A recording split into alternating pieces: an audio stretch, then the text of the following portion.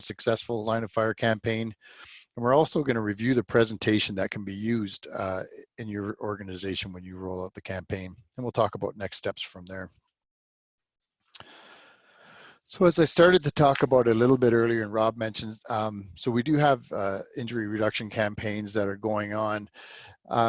It's really part of, I'll back up a bit. Historically, AMHSA has been focused on supporting municipalities on their safety journeys through things like education, training, program evaluation. But in an effort to further support municipalities in injury prevention, AMHSA has leveraged relationships with some strategic partners to develop injury reduction campaigns such as this one that members can take and use in their own organizations to improve their safety performance, which AMHSA believes, really increases their value to its members. And these partnerships can also help for cost-effective access to subject matter experts through webinars such as this and some of the workshops that we have coming up. So Rob mentioned we have workshops coming up, and they're really meant to be open discussions for what are some of the best practices for implementing campaigns like this. And also in our MSI campaign, there's many workshops where you have access to some wonderful ergonomists. So for this campaign here for Line of Fire, we've really partnered with DevCo out of Edmonton, and they've had some great success with similar campaigns in the past. So we're excited to be working with them as well.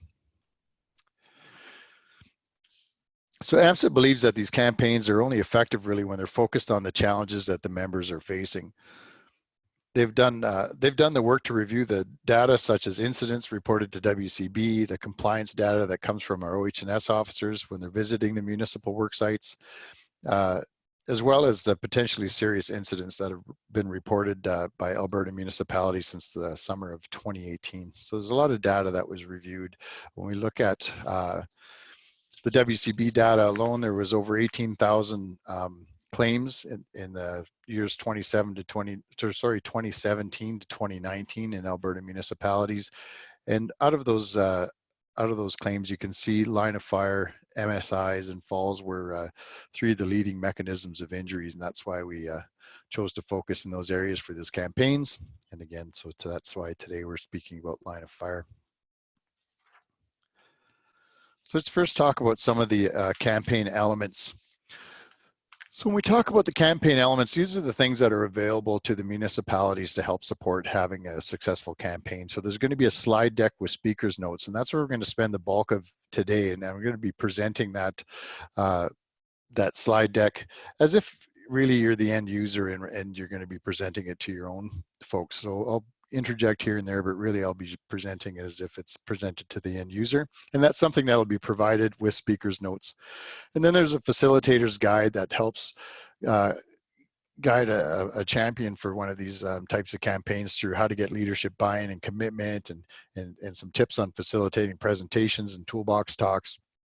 Also some guidance around posters, signage, decals, and things that are used to reinforce the messages of these campaigns. And also some best practices around integrating these things into their existing policies and practices. There'll be some toolbox talks that you can use. So we'll have about a dozen of them for line of fire that you can take and cycle into your own toolbox talks. And our hope is for the toolbox talks is to actually get a future inventory. So if we start to get more municipalities with these types of campaigns and they start to develop more toolbox talks, hopefully we can create a bit of a inventory that we can share some best practices in that space as well. And there's lots of visual aids such as posters, signage, and decals. So with that, we'll head straight into the presentation. So I'll be going through it fairly quickly, just in the interest of time. I would say when you're presenting it to your own folks, it's probably going to be about a 90-minute to 120 minutes, but we're going to try and push through it here in about 60 minutes, just to give you an idea of what the presentation you'd be giving to your people and what the information would be. This also is being recorded right now, so this can be something that folks can use to as a resource to go back and look and see how it was presented when they're preparing to present it to their own folks. Okay, so to start, as a bit of a mindfulness exercise, I'd like everybody to take a piece of paper and set it beside them and anytime over the next while I'm presenting this material that you find yourself being distracted, or for whatever reason your mind goes to something else, what you have to do later this week or something that you have to do today, whatever takes your mind away even slightly for a moment from the presentation, just make a mark on that piece of paper and we'll count those up later and see how we did. Okay, so line of fire, it might be a new term for some folks. Really, line of fire incidents are incidents that occur when the path of a moving object or the release of a hazardous energy intersects with an individual's body. And really, to summarize it, it's having a body part in harm's way. And of course, that's quite a large bucket of incident types. So industry standards have broken it up into three mechanisms of injury, such as crushing hazard, stored energy, and striking hazard. So crushing hazards, they're defined as being caught in, on, or under an object or between multiple objects. So often we'll hear these referred to as pinch points, and industry really over the last few years have changed their terminology to be crush points or crushing hazards. And that's because I think pinch points was a little bit of a benign way to describe these types of injuries, which crushing is probably more representative of the type of injuries that people experience when they're caught between things. Striking hazard, these are the most common type of line of fire injuries, and these are when folks are struck by something or that they strike against something and are injured. Stored energy is a bit of a trickier one. So stored energy sources, they're generally present on sites, and they're pent up energy that can be released unexpectedly. And the thing that's tricky about them is they're often silent.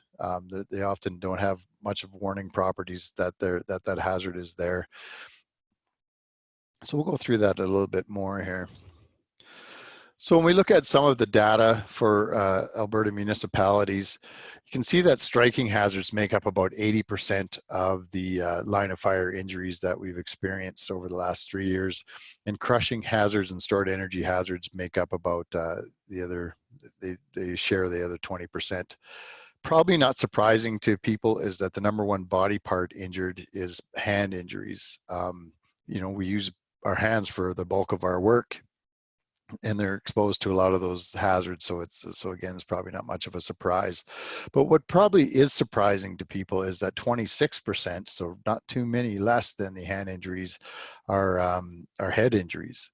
So that's everything from the neck up. So that's teeth injuries, eye injuries, ear injuries, anything to do with that part of the body. But it is pretty significant when you think about it. So I think, you know, we talk about that for a couple of reasons. Actually, I'm going to go to the next slide here. Probably even more surprising again is when I bring up the injury disability days to 1 or more. So that means that these injuries were significant enough that they had to have at least a day off of work. Head injuries actually take the lead. So when we look at the more severe injuries, head injuries are more common. So again, I think we bring this up here to say that's something to focus on and something we need to pay attention to, and it may be for your municipality. And I think the other thing it tells us is, hey, let's make sure we're looking at that data before we go out and start to focus on injury reduction. We need to know where we're having those impacts, and when you go to roll out your own campaign, really important to look at your data and see which body parts and mechanisms of injury are most frequent with you. So we'll move on here a little bit. So this next slide here is the potentially serious incidents that were reported to the Alberta government by Alberta municipalities since about the spring of 2018. So it tells a bit of a different story as far as which incidents are happening, but it does support it as well. So when you look at the type of incidents, the caught, contact, or struck with objects, tool, equipment is number one by quite a margin, actually. And those are really those line of fire incidents. So these are incidents that if something had been slightly different, really could have had a potentially serious outcome. So it really does reinforce that line of fire is a place that we need to pay attention to. And we look at the source of incidents, this really aligns with the data, or injury data as well. And that's objects, tools, or equipment are number one, again, by quite a bit. And we see that in our own data, what's injuring our people. And then it goes on down the line, you can see other things like machinery and chemicals. And one thing I want to point out though is the third one down the line is people. And those are when they were putting in the statistics, and this shows up in our injury data as well, when they're identifying, hey, what was the source of that injury, and they have a quick conversation about what happened, you know, whoever's putting it in that database selects person. So what they're saying is that the person did something or failed to do something that resulted in their injury. And when we look at all the other things on this list, or just about all of the other things on this list, they're, you know, non-decision making inanimate objects. Really, people are at the base of most of these injuries. You know, objects, tools, or equipment generally don't make decisions and cause incidents. So that's why when we go through this presentation, you'll see we're very focused on the human factor side of it, and what we can do as people to avoid these incidents. So a little more deeper dive into the data here. So striking hazard, like we said, it's about 80% of our incidents. And struck by, so if you've kind of divide striking hazards into being struck by something or striking against something, struck by is about 2/3 of those striking hazards. The things that show up in the data that we're being struck by as municipal workers, hand tools are number one, and those are tools like knives, hammer, wrench, crowbar, and also the building materials, so the materials that we're working with. And when you look at your own municipality, you might want to see what are the most common struck by incidents there, or mechanisms. Then there's the striking against, and that's so you can see in the picture here, this person's pushing on a wrench, and if that wrench slips and their body lurches forward or their hand lurches forward and is striking against something else and injuring themselves. So in the municipal data, it showed up structural elements. So, you know, things that we're working near is what we're striking the most, but doors showed up. So actually not being struck by a door, but hitting a door, you know, so that's an interesting one. And also sharp objects, so coming into contact with things like knives. So crushing hazard, the things that came up for this one, really doors and gates was number one. And then really to share the rest of it, building materials. So the things that we're working with, that manual material handling piece, that's so important. And also tools, hammer, wrench, axe, crowbar, drill. But when you look at the tool use, it's slightly different. So it's not so much, you know, banging your hand with a wrench or getting hit with a hammer. It's having a body part between something like the handle of a wrench and what you're working on. It's creating those crush points. Stored energy. So when we think about pent up stored energy, often we think about electricity. That although it's, you know, always something that we need to be focused on, when we looked at the municipal data, our common ones were steam and chemical burns, and it really, like, over 2/3 of all of the stored energy injuries came from those sources. So it's really important that we understand those pressure hazards. And we'll talk about that a little bit. They can be trickier to identify. So we looked at the data a little bit, understand what's happening to us. So what can we do about it? And that's where we kind of shift gears here. Number one, it starts with being in the right state of mind. So when we say that, it really does start with folks being fit for duty, showing up ready to work. You know, if there's any issues with fatigue, frustration, or anything like that, it's really important to have that conversation with your folks when you're showing them the slide, to talk about, hey, we need you present, we need you here ready to work. And if you are having any of those issues, make sure you bring it up so we don't put you into any safety sensitive work.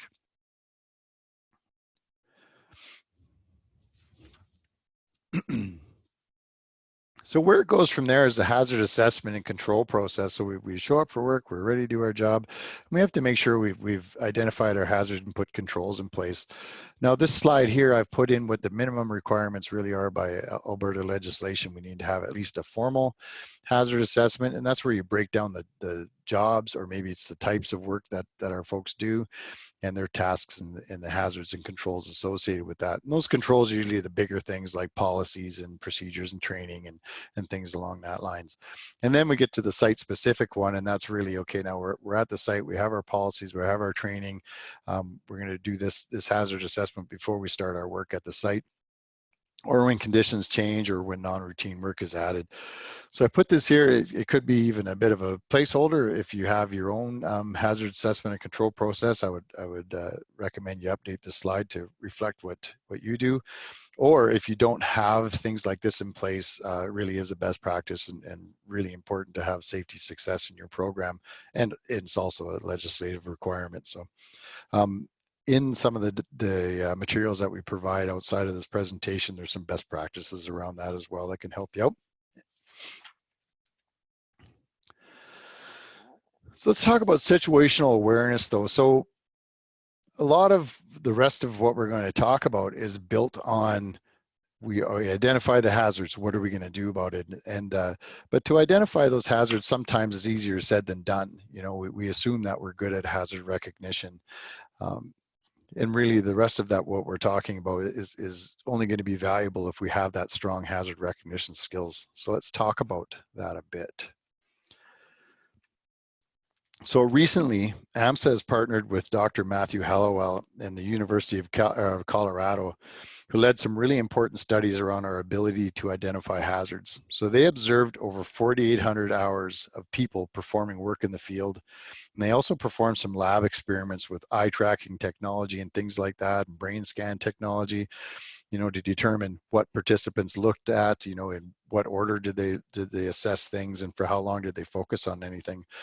And what they found is that experienced workers, really, no matter where they're from geographically, um, or where they're at in their career, they only identified about 45% of the hazards that they would face in the day when they were completing their hazard assessment. So it's really kind of surprising. I think they went back and looked at it a few times just to verify that data.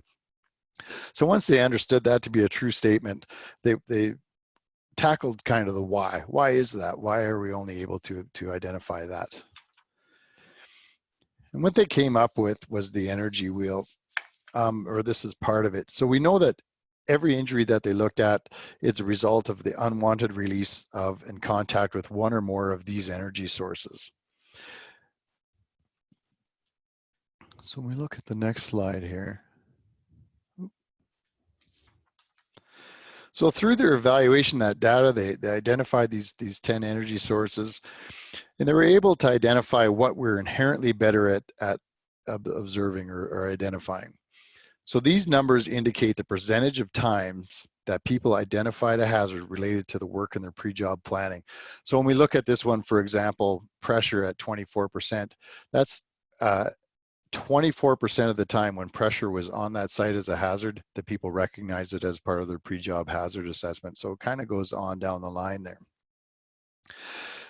And what they notice when we go to the left side of this chart, things like gravity and motion, we're more intuitively able to identify those hazards. So it's more part of our, you know, our overall evolution over the years.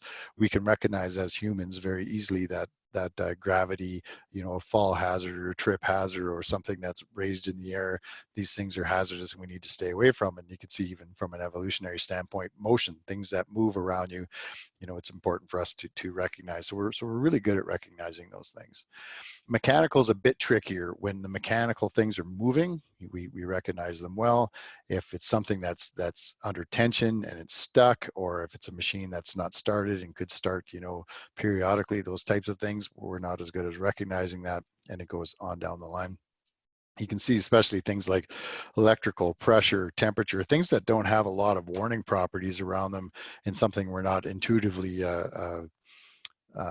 able to identify, and we need to use more of our thinking brain type thing to identify those. You can see why those would be trickier for us, and we're less likely to identify them.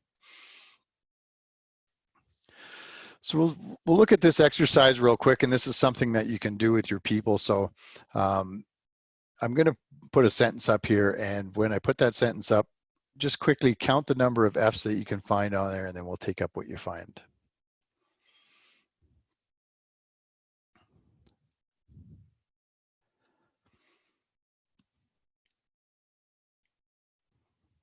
Okay, so we'll just give a few moments there. So how many F's are there? Sorry, 6. Now, we won't take it up here because we're just part of this webinar, but you know, my estimation is that most people found 3 or 4, and that seems to be what you'll get when you do it with a group. It seems to be the common result. And part of that is because our brain literally manages millions of points of data at any time. You know, when we think about our visual data and all the other inputs that it has. So it's become very good at weeding out the things that aren't important there, that it deems not important. So for example, when we look at the sentence here, we can get the gist of the sentence and understand what it means without focusing on those ofs. So our brain really just takes them out of there. So once you've kind of explained that to the group and you've gone through that exercise, and we say, okay, I'm going to put up another sentence here, and you pop that one up. I'll give you a moment just to go through it and see what your own experience is.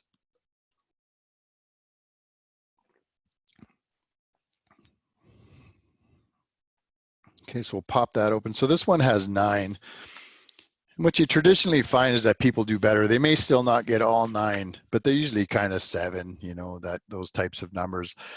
And what this is to illustrate is that, you know, our brain doesn't naturally, our brain naturally takes these things out that they don't consider that might be important to you. If you focus your attention back on it, then it becomes more obvious. And that's really when we talk about the energy wheel here in a minute, this will help understand how we would use it and why we would use it. So the energy wheel helps us tell our brain to consider things that we may not have otherwise intuitively considered. So like we talked about, just like the focus of the of, when we focus ourselves on each of the hazards, we're able to better identify them. So we use that hazard wheel and that hazard assessment portion and consider each one of them. But here's some of the best practices around that. So number one, best practices is we want to maintain an inventory of those common hazards and expected controls, and we want to make sure people are trained in that and they're exposed to those things through procedures. You know, at the time when it's important, so they have that information before they start that work. You really don't want to rely just on when folks are out there in the field, what they can come up with in the field. Although it's really an important step, we also want to have that framework of best practices. So when we get to the field though, when we're performing the hazard assessment, and I think this is really important, is to put away that energy wheel, or really if you have a hazard assessment that has any kind of a tick box or lists or anything like that to get you to think about different types of hazards, don't use that first. Really look at the job, look at the steps that you're going to do and what the hazards are and what controls you might want to put in place. And when you start, as you've kind of gone through those, you find those first few that are obvious, and you find you kind of starting to look around and you think you've got everything. And that's the time to go back to the energy wheel, or whatever system that you might have, and then start to say, okay, so what do we have for sound hazards? You know, is there radiation hazards? Are there biological hazards? And just like we were talking about earlier, focusing on those ofs, it helps bring our thinking brain to those spaces and to identify things that we otherwise might have missed.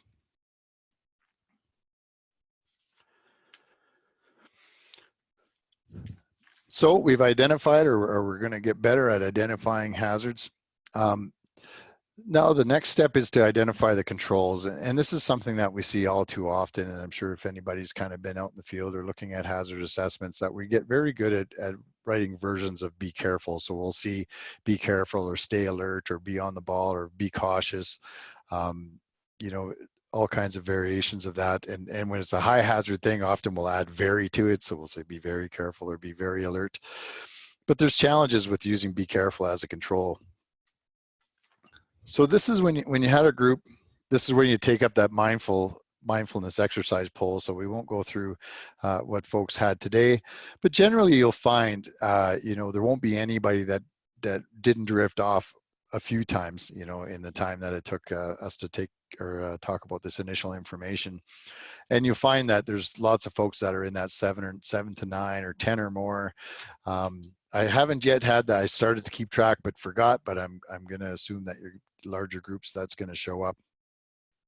And really what this is to illustrate is that be careful as a control isn't a worthwhile control. you know, we do want to be present and we do want to be cautious about how we do our work.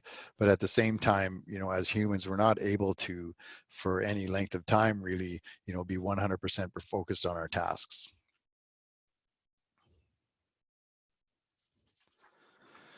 So this can be even trickier for tasks that we do frequently. So this graphic here shows for driving. You know, when we first start driving, it's a good example. You know, you're very tense, you're very focused, you're 100% in the moment of that task that you have. But over time, you know, and sorry, I should say, and your brain capacity really, like it's 100% of your brain capacity is focused on that really. And then over time, as you get more comfortable driving and it becomes more second nature to you, you require less of that brain capacity to do that task. And what can happen then is that brain capacity that you freed up is really it's free to wander and think about other things and other things beyond that your primary task of driving that vehicle. So that your experience in these types of situations can actually be working against you. And even when you go further to the right here, you might be, you know, so used to doing that task that you start to become complacent. And for me, complacency is you're no longer thinking about that risk, you know. And you think about driving when you're driving 100 kilometers an hour down a regular divided highway and meeting another vehicle from, you know, within feet that's going 100 kilometers an hour in the other direction. We're very comfortable with that now. You become, you know, complacent with it. And without that external, or sorry, that external stimulus or some sort of fear added to that, you can stay in that place. But complacency is another topic, I think, all its own and for another time, but something to think about here. So what can we do about that? And it's really about observable controls, and the message is don't be careful. So anytime that we think about using some sort of terminology like that we decide to use an observable control instead. And an observable control is really something that you could, that someone else if would notice if they're looking at your work or how you've set up your job or watching you perform your work, that it's something that's a noticeable control. So a couple of examples. One is, you know, if you're young and you're leaving the house and heading out on your bike and one of the parents probably said, you know, be careful. And you said, I will, and rode off on your bike, and really not a very valuable exchange. You know, there's really nothing tangible to that exchange. So some examples of an observable control or a different conversation might be like stick to the bike paths, or use the pedestrian crosswalk when you're crossing 68th Avenue because that's a busy street, or, you know, wear your helmet, or even better, you know, asking, so what are some of the hazards associated with, you know, you're heading out on your bike? What are some of the things that could go wrong, and how are you going to make sure you're safe, and have that conversation. An example closer to work might be you're going to carry some materials, you know, that are dangerous if dropped, and your coworker might say, be careful with that, you know, it's dangerous if you drop it. Again, not that valuable of a conversation, but something that was an observable control might be, hey, before you pick that up, you know where you're going to set it down, or make sure the path is clear, and I can walk in front of you to make sure nobody walks in your path of travel, things like that. Or maybe, hey, even let me get a cart so it'll be safer to transport. So we'll go through some more examples of observable controls. First, we'll talk about what this hazard assessment and control process. It's good to have a process or a model to think about when you're putting observable controls in place. So this isn't really a hierarchy model. It really is steps of, so sometimes when we're presenting this, and especially when there's safety professionals involved, they look at this and say, well, this really isn't the hierarchy of control, and it's really not meant to be that. It's meant to be for when we present this to our workforce. Hey, you know, number one, if we can eliminate that hazard, so we're going to do our hazard assessment, and there's something that's a slip, trip, and fall hazard. If we can get rid of it and remove the hazard rather than be careful, then let's do that. So these are some of the ways that we would eliminate. You know, it might be simple, again, just to remove that hazard. Might be there's a better tool for the job, or a right tool for the job that eliminates that hazard. Might be, you know, even that bit of that substitution piece where some sort of less hazardous product or material can be used. And then you get into things like that are maybe more administrative, a little more effort for timing or scheduling. So if you had somebody working above or working below, you know, that was creating a hazard, maybe you would schedule that at different times. And then it becomes more in that engineering space and that heavier space is that modifications or special equipment, things like that. But when we're talking to our folks, really the message is if you can get rid of it, get rid of it. There's tripping hazards. Let's get rid of the tripping hazards before we start the work. There's slipping hazards. Let's make sure that they're managed. You know, there's a hazard that something could fall. Is it something that we can otherwise secure, or can we get rid of it? You know, so that's definitely our first place that we want to look. When we can't eliminate something, then we look at creating a barrier. Now, the best barricades the best barriers, of course, are hard barricades. So if there's something that we can put in place, like a guard that you absolutely can't reach that hazard, that's what we would prefer. Now, often that's not possible, so we might have a more temporary situation or an evolving kind of a work front. And in those situations, we might use something like a soft barricade, so danger tape, 2 meters away from a leading edge, so to make sure that we don't get to that hazard or we can't reach that hazard. And I think it's important just to talk about that 2 meters for a second. When we're using things like temporary barricades, we want to make sure that we're far enough away from that hazard that we can't reach it, even if we trip and fall. So for the example I've seen many times in leading edge, people will put soft barricades right up near that leading edge, and it's a barricade that wouldn't stop somebody from falling over.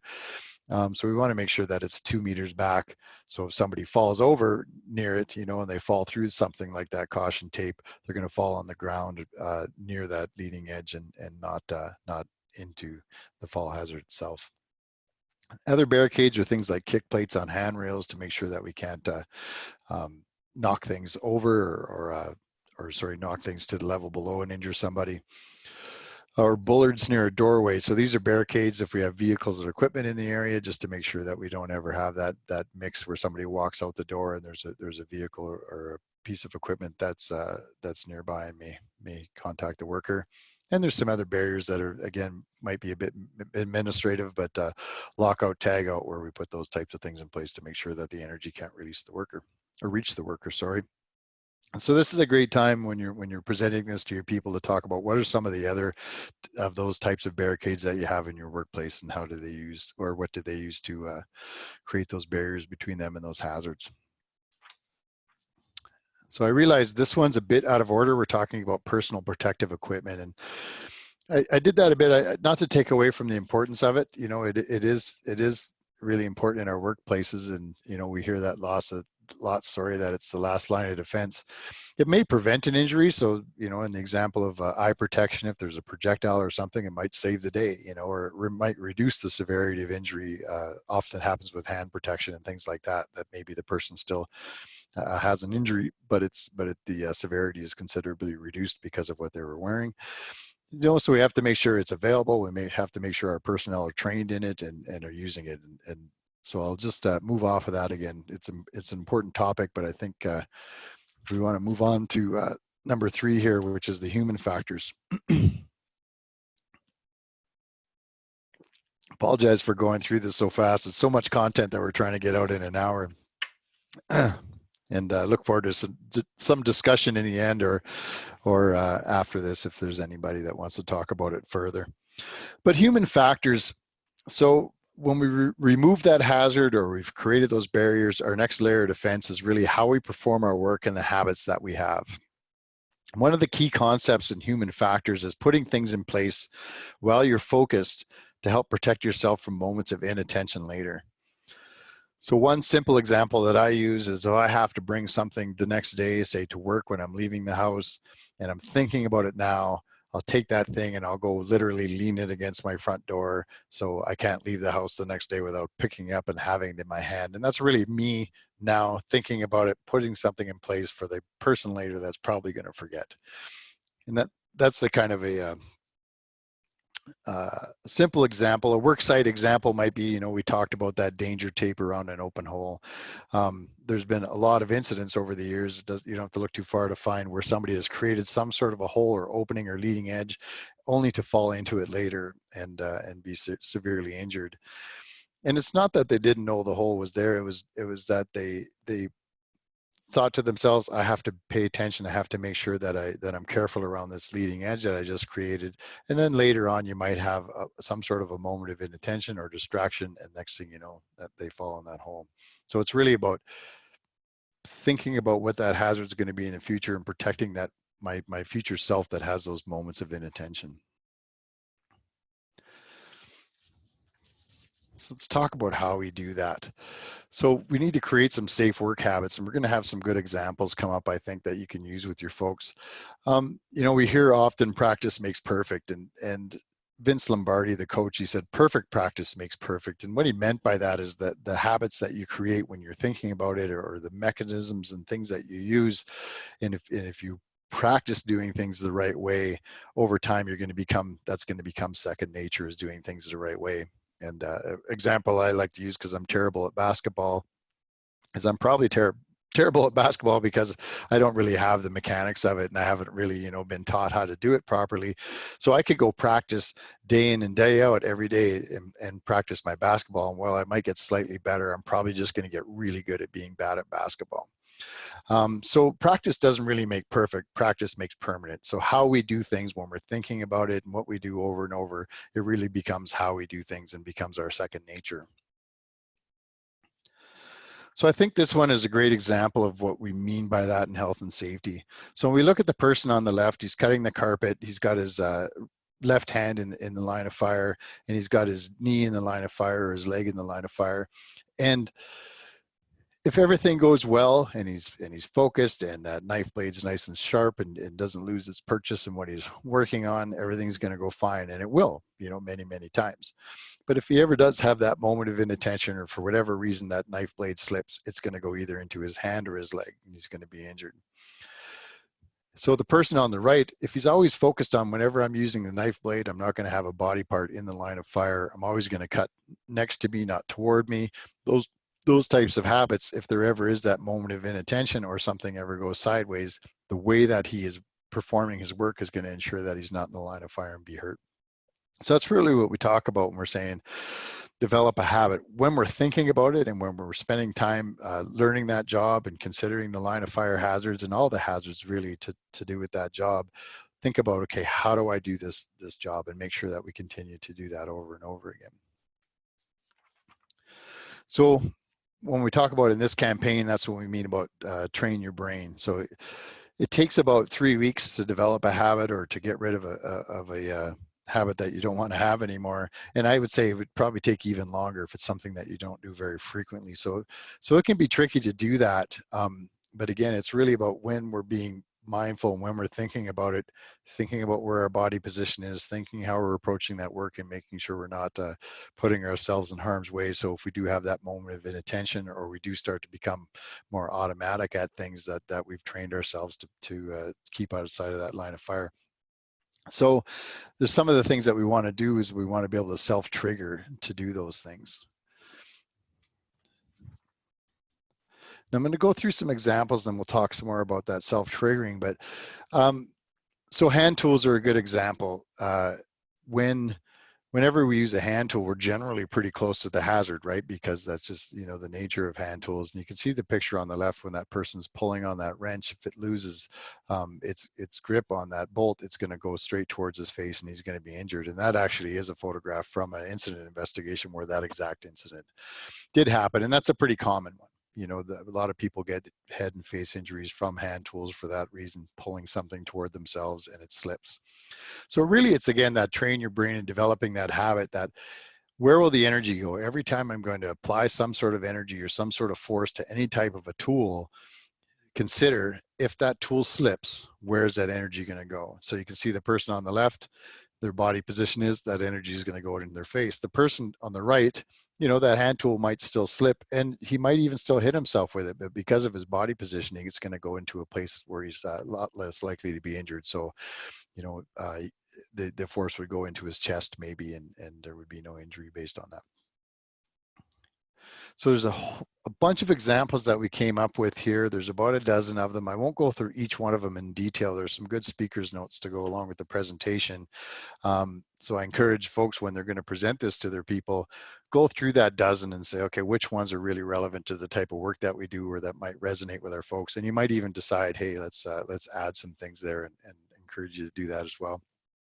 This is a good one though too, I think, with power tools. It's again that every time I'm going to use that power tool, where will that energy go? And in these cases we're talking about, if that tool binds or otherwise grabs traction, these bodies of these drills are going to go counterclockwise. So when you look at the picture on the left where that person's positioned their body, they've got all kinds of things that they're probably not doing wonderful in that picture. But if that drill was to grab for any reason, the body of that drill is going to go counterclockwise, and it's going to hit him in the jaw. So his body positioning really isn't helping him there. And same with the picture on the right, you can see probably not the greatest body positioning to be able to manage that drill. And if that drill bit grabs or binds in any way, then that drill body is going to go counterclockwise and create a crushing hazard between the handle and that brick wall there. So again, if you have those types of hazards in your workplace, you can include your pictures as well. Pushing, this is one that's good to talk to folks about, and it's when we're pushing on hand tools or pushing on anything. A lot of times people start to put their whole body into pushing things like these big hand tools. And if your body's not properly braced or you're in a bad position and that tool slips, then you can lurch forward and like in this picture, person could hit their face or their hand on what they're working near. And those are, again, very common mechanisms for injury. It's probably a good one for just to get, again, that whole why it's important to develop these habits. We all know what stop signs mean, and we all know we're supposed to stop. And I would say that in general, a lot of folks kind of do the California stop, where they roll through stop signs, and and if it's clear, they go. And again, it's that habit. If we have a intersection that we go through lots, and we really, it's been wide open, and you've kind of rolled through them, when you're fully paying attention and not otherwise distracted, you're probably going to be fine. But if you do have that moment of inattention, and your habit is to roll through these stop signs, and somebody happens to be there, you can have a pretty horrible outcome. So if you create the habit of, well, I'm thinking about it, I always stop at stop signs. I always check to see that the intersection is clear, be very deliberate about that, and then roll forward, and you train yourself in that way. When you do have that moment of inattention, hopefully what you've created as that automated process will save the day. So you'll stop and identify that there's somebody or there's a hazard before entering that intersection. So we've got habits around blind corners in offices, blind doors. Again, there's different examples. This is a really good one, I think, for is it the right tool and our body positioning and stuff like that. You can see on the left using that tool for that job and that person's hand positioning. If that slips, there's going to be an injury, very common mechanism of injury, of course. And on the right, you can see, well, maybe there's a different tool that grips that bolt a lot better. And if it does slip, you're a lot less likely to be injured.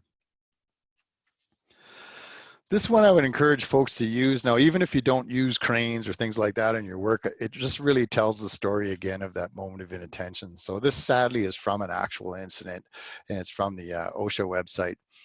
And this is, there's a crew that's taking some materials off of a trailer with a crane, and the person in the red shirt is the rigger. And so they've got some of the materials offloaded. And at one point, the supervisor is talking to the rigger. The rigger stops to have that conversation, and unfortunately positioned himself between the outrigger of that crane and the counterweight of the crane. And when the crane turned, it put him in that crush zone, and unfortunately, he was fatally injured. So from this one, you can anticipate anybody that works around cranes, especially if somebody's a rigger, they understand that those crush points exist. Those counterweights on cranes create crushing hazards, pretty much always. So I'm sure that he was aware of that hazard. I'm sure they, at different points they've talked about it, part of his training when he became part of that crew. But he had that moment of inattention. He stopped and to have that conversation and didn't really realize where he had placed his body. And this is a great example of where an observable control, besides be careful, don't go around the counterweight of that crane. If we would have said, hey, let's put some soft barricade up around the swing radius of that crane, uh, that will make sure we, in a moment of inattention, we don't put ourselves into that crush point and be injured. So again, this is a good example of where really some barrier tape would have saved the day. Driving is a good example, I think, for folks, just because we're all faced with those hazards, and it's really about a third of all the casualty collisions in Alberta are caused because of following too close, and some of it might be just from following too close, because people do follow too close in this province often, but I would anticipate that a lot of it is also from distracted driving, so our habits around that will definitely help protect us. In running crush point, so this one we have, some different equipment. This might be stuff that you're exposed to in the municipalities, might not be. This tractor, the guard is off right now on those pulleys. There should be a guard, but you can really see. And I've been a part of incident investigations where there's been equipment where somebody might be doing a pre-start inspection and checking things like belt tensions and conditions, and there might be somebody else that's going to check a hydraulic or whatever, and they start that machine.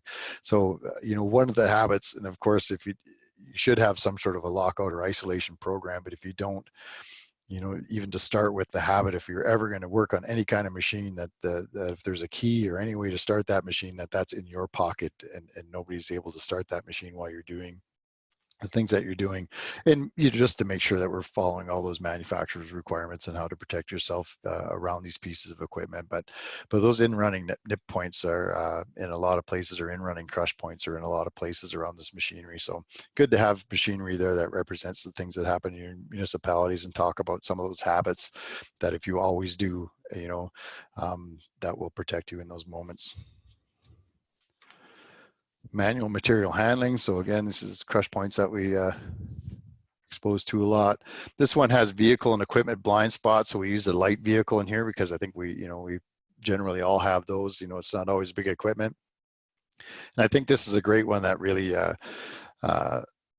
demonstrates how big the blind spots are, even in a light vehicle, and approaching something like a truck like this from the rear, walking up to have a conversation, you can really be putting yourself in harm's way. So it's important, shows the drivers the importance of the habits of pre-start walk-arounds and things like that, and making sure you've got a clear path before you move that vehicle, but also for other people working around equipment or machinery or light vehicles such as this, where those blind spots are and where to stay out of. No-go zone. So this is another one that's a no-go zone that anytime we have that. So we talked about leading edges, being near a leading edge or something like that. In this case here, maybe there's a excavation that has it's been sloughing in that area. We've got a straight cut bank. You can't go near that. And then happens all too often is that folks have that discussion and say, okay, we all agree that we can't go near that area, but in a matter of time, it can be a moment of inattention, and somebody can end up in that zone. And I find that with these types of zones, and also with drop zones where people are working overhead. And I think we're not so intuitive, or we don't have that physiological response like we would have with a leading edge. That hazard's there, that straight cut bank there is hazardous, but your body really doesn't tell you that, and you don't have that response to it. So you need to put something in place to remind yourself from the moments of inattention. Just another example, again, another hole, same type thing. Something about leading edges that go into the ground, we don't have that same kind of fear of. If we were 15 feet up and there was a leading edge a couple meters away, I think, you would recognize that as a hazard, but, you still need to put some sort of a barricade in place. But when we dig holes in the ground for some reason, and this was about a 12-foot hole, people don't recognize that as a fall hazard, and it really is. So again, need to put something in there to protect ourselves from that. Okay, so those are some of the habits, and again, I encourage you to kind of look at those last dozen slides and figure out what works best for you. So we need to look at other ways to remind ourselves. So we're trying to train our brain here. We're trying to establish that habit of creating these safe work practices that help protect us in the future. So these are just ways to, some of the ways that we might remind ourselves. We talked about barrier tape and things like that. There might be a decal. For example, on this toolbox, we have, if my tool slips, where will the energy go? We put that in a strategic place that, starts to remind people as they're going to go use their tools and things like that to think about those types of things. We've got hard hat stickers and things along those lines, but, it can be as simple as I've got that self-inking stamp there. It's a pretty inexpensive way, and I've done that in the past with different organizations, is, if you have a bunch of leather work gloves or things like that, and you have a campaign or some sort of messaging or things that you want people to be reminded of, you can get those stamps custom made pretty inexpensive, and you can change up the message and put it on different things around in your organization as well.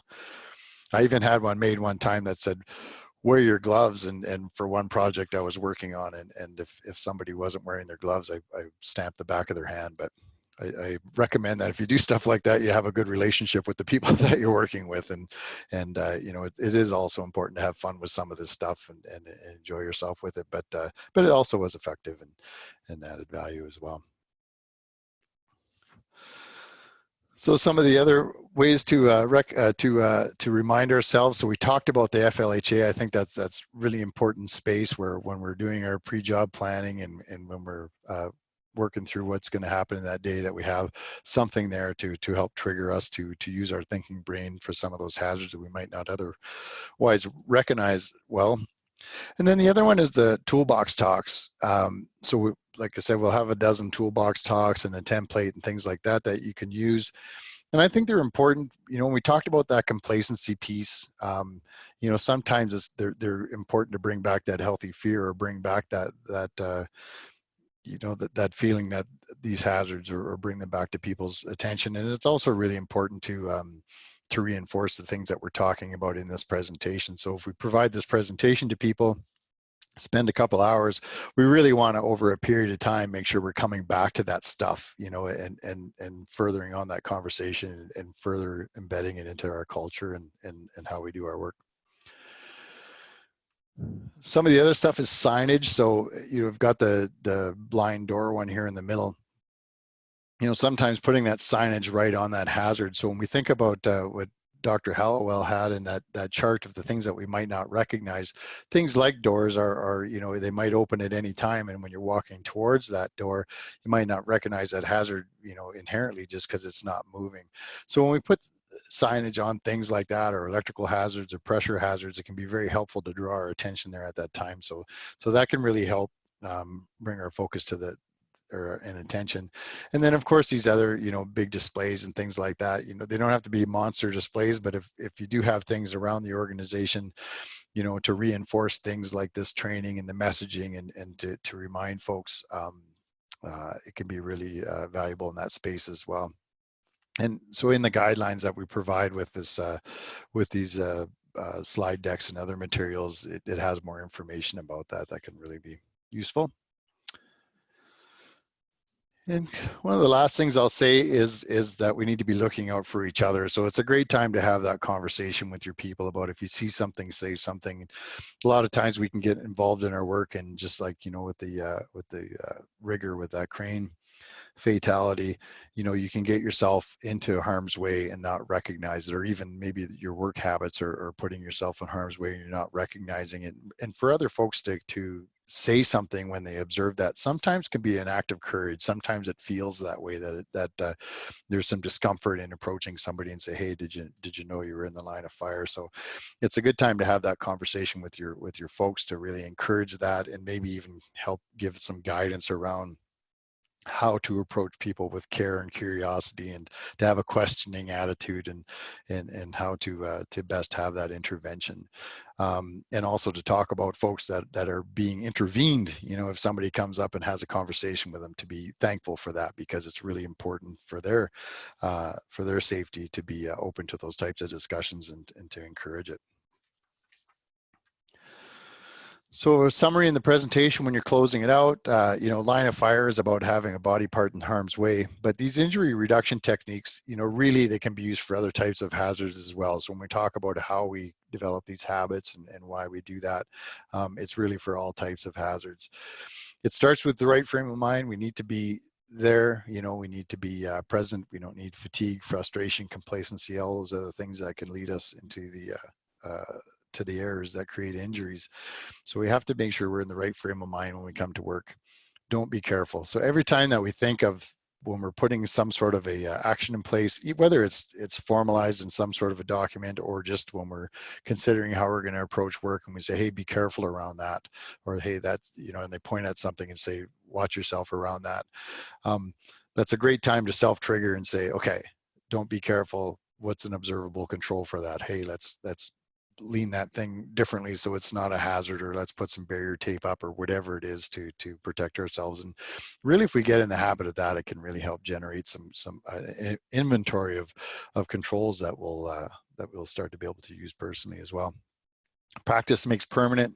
How we do our work when we're thinking about it really is how we end up doing our work in those moments of inattention, or as we start to get more experienced in it. So make sure that we're focused on that and looking out for each other. And one last thing I'll say about looking out for each other is you know, when we respectfully intervene, it's great. I think it's also good for our own health and safety for once in a while to stop, have a look around at the people that we're working with and how they're doing their work. And we're many times, or more often than not, we're going to find that they're doing things great in a great way. And it helps us educate ourselves around health and safety. But it also, you know, don't be afraid to have that awkward moment and say, hey, you know, I think that I see what you're doing there. Why, you know, did you know you were doing that, or those types of things, and reinforce positive behaviors. And, you know, it can really help pave the way to have those other more challenging conversations at different times if we're used to giving each other positive feedback as well, and not just negatives. All right, so next step. So that's essentially the presentation. So they will be on the website, and also you can see my contact information's there. Rob Rosette's also here. You can contact him as well. The things that we'll be providing, like things like our presentations, will be in say PowerPoint format and Word format and things like that. So really the expectation is that you can take this thing and you can use it in your own organization. I know as a safety professional, many times for me, it was up to, hey, let's identify what's eating our lunch and what's the issues out there, and start to develop some sort of a campaign or some sort of a way to improve our safety performance. And really what AMHSA is trying to do here is to say, hey, you need to do something. Here's some PowerPoint, here's some posters and graphics and other things that you can use to support it. Here's some guidance documents around it and best practices. And they're really meant to save you a ton of work and help you to go on and do these types of campaigns without a lot of extra effort and resources, understanding that resources are tough, and especially in these times, it's even trickier. So that's really what the intent of that is. So Rob mentioned earlier, we do have 2 workshops. So I have one on Friday and another one on Monday. And they're really meant to just be open discussions. So we've kind of presented this now. We've had a limited amount of time. We can hammer through it.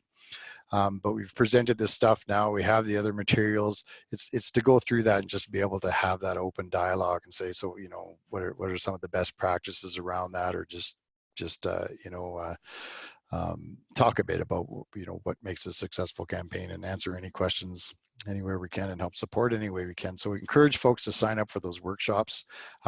And also, though, right now, I think that we can open up the ability to ask questions too, and we can have conversation now. I think we have actually another 30 minutes booked for time, so we can take as much time as we need to answer questions or chat about some of these concepts.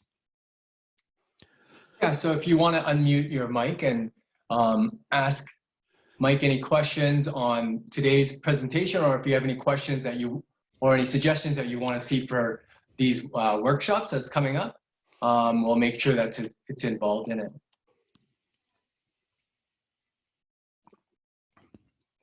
Mike, I really liked a few things really struck a chord with me, like when you were talking about the complacency of driving a vehicle.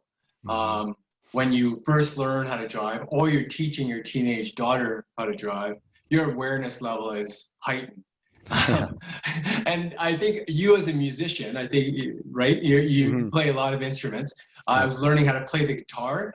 And when you Mhm. learn how to play the guitar or any instrument, really my tongue was really sticking out and I was like focusing on everything where I can just watch someone who knows how to play an acoustic or even electric guitar and their tongue won't be out unless they're like in passion, like John Mayer or something, Yeah. where they're really into the music. But when you're learning, it's like Mhm. you're using all that energy to focus on where your finger placements are and you're looking Mm. everywhere. It's such, you know, Rob, I never thought of that as such a great example. Like as a musician, and when you talk about somebody like John Mayer, who's just a master of his instrument and music, you would be shocked to learn at how slow he practiced that stuff. And it really, Mm. if you go a little bit too fast and you're tripping over yourself, and they really go so slow and so deliberate to make sure that their finger placement and everything is so perfect that once the speed comes, they're doing it right. If you don't do that, you know, you'll never be a good musician. So it's a great example, Rob. I Yeah. never thought of And that, it's really, that yeah. And it's connection. almost leading that connection to that when you said practice perfection Hmm. in a sense. Hmm. It's like, it's exactly that. Why do you have to rush through these things that you know that you do rolling stops at stop signs?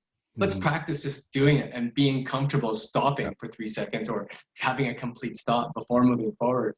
And Yeah. it's like, yeah, that practice makes perfect to stop that complacency. Yeah, you know, it's a great example too. I've done a lot of investigations and some serious stuff, and one was where a service truck was hit by a train, and fortunately, the person walked away, which is miraculous. But it really was that habit of, you know, uncontrolled railroad crossings and just kind of, you know, slowing down and looking. And the one day, you know, the person was distracted, just having a moment of inattention, and you know, with all the data, we were able to surmise like there was no way you wouldn't have seen the train. It was so close, and it was going, I think it was 70 kilometers an hour when it hit that truck. And you know, there was just no way, he just didn't even see it. And that was really one of the controls that was put in place in that organization, is from that point on, always stopped and at every uncontrolled crossing, and created that habit to protect themselves from the future. So fortunately, that Yeah. was a near miss. That was, well, I guess we didn't say near miss. It hit that truck pretty hard, but fortunately it wasn't a significant injury at all. He actually wasn't even really a first aid. You know, Yeah, somehow this and guy bringing that walked to away. like lining that up to work practices and saying, what's that tailgate meeting you're talking about? Hmm. You talk about those movements, right? We talk about that energy wheel going. Those Hmm. are the obvious ones because we talk about that movement or the gravity pull. Yeah. But hey, did we talk about that biological hazards that's out there? Hmm. Um, and right now with COVID, it's Hmm. obviously on everyone's mind, but there could be other biological or chemical hazards or stored energy. Yeah. Yeah. That- Yeah. That was an interesting one too, because there was, you know, they had a lay down yard and they had the place where they were working, and this was getting the vehicle from one to the other. But when I think about that energy wheel, if you're having your hazard assessment, and one of the things you thought about was movement, once they've kind of already thought about the things that came to their mind, do you think that maybe somebody go, well, you know, yeah, trains go through exactly. here. This is something that we need to pay attention to, and how are we going to manage that? And again, it's another great example of maybe they talked about it, and maybe somebody said, hey, be careful, right? Hey, Mhm. be careful around that track. Not let's always stop and always check like what an observable control would be, right? Because again, anytime we find ourselves saying any form of be careful, just stop ourselves and say what's an observable control we can put in place. And even just that habit, if we can really start to establish that with folks, it can save a lot of bad outcomes. So. Yeah, and when you say observable control, I was thinking about observable direction, because it's Mm-hmm. almost like when you're saying be careful, it's like do this. Mm-hmm. So it's just like do this, like remove those boxes from your eyesight. It's Mm-hmm. almost like a direction. Yeah, it's what can I do to protect myself? I had a conversation with a friend of mine yesterday. He was painting part of his house. He had a little paint can. He painted the one coat. He was going to put the lid on really tight. And then he thought, well, no, I'm just going to do another coat here in an hour. I'll just leave it. I'll just have to remember.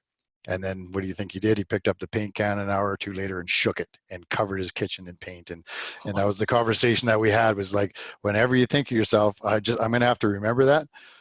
think of something else, because especially if you have a mind like mine, you're not going to remember it, right? It's not going to work, you know. So, and some of this I've probably thought of or worked out in my life just because I have a terrible memory, and I've had to do these things just to survive in life. But I don't think I'm that rare as a human being that we have these moments of inattention or don't remember things when we think we should.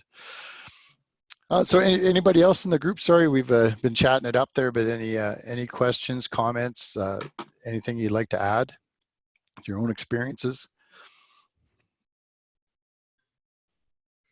I've sent a Q&A or a chat to all attendees, including panelists. If anyone is having problems with their audio, but you should be able to unmute yourself now.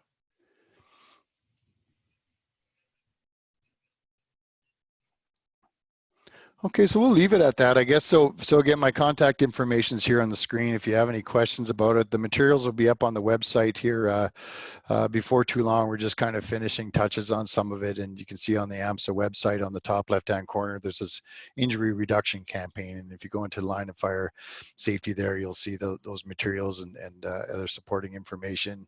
And again, we've got those conversations we can have on the 26th or 29th, but if you don't want to wait till then, we can have a conversation between now and then, or really any time, and talk about what next steps might be to support you through a campaign such as this.